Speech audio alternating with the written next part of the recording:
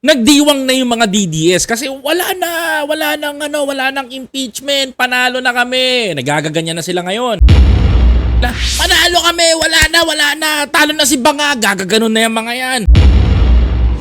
Kabilang sa reklamong nilalaman ng Articles of Impeachment, ang umano'y maanumalyang paggamit ng confidential funds ng Vice Presidente, pati ang umano'y planong pagpatay sa Pangulo, First Lady at House Speaker. We-non-stop shop kasi nila yung port complaint. Ang unang tatlong reklamo, ipinag-utos namang i-archive na.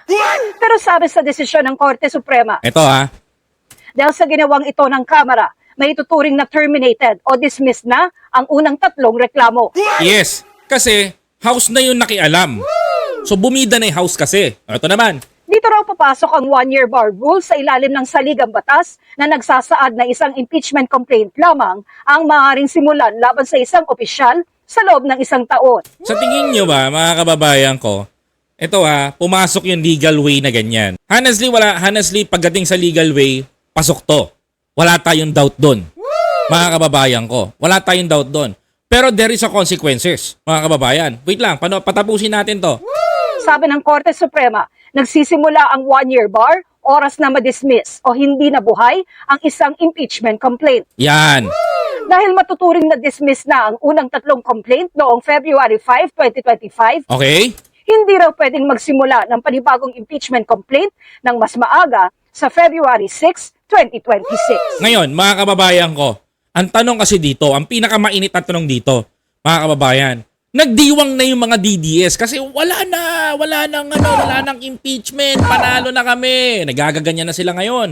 Kung ano-anong putak na nila ngayon, mga kababayan ko, kanya-kanyang birada sila. Panalo kami, wala na, talo na si Banga, gagaganon na yung mga yan. Ano, Banga? Sabi pa sa akin sa social media, piniem pa ako. Ano, Gunggong? Tuloy ba impeachment? Kalma. Narinig nyo ba yung sinabi?